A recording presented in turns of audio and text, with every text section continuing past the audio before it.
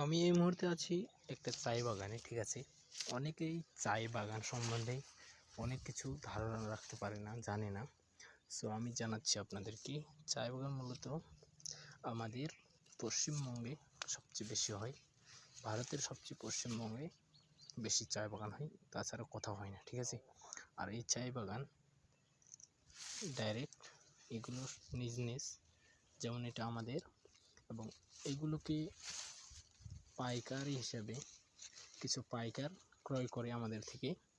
বর্তমান যেমন 20 টাকা 20 টাকা দাম, 20 টাকা মতো নিয়ে যায়, নিয়ে গিয়ে তারা ফ্যাক্টরিতে মনে কর যে 5 টাকা লাভ করে বা 3 টাকা লাভ করে বিক্রি করে আমাদেরকে প্রতি রবিবার বা সোমবার বিল পেমেন্ট করে।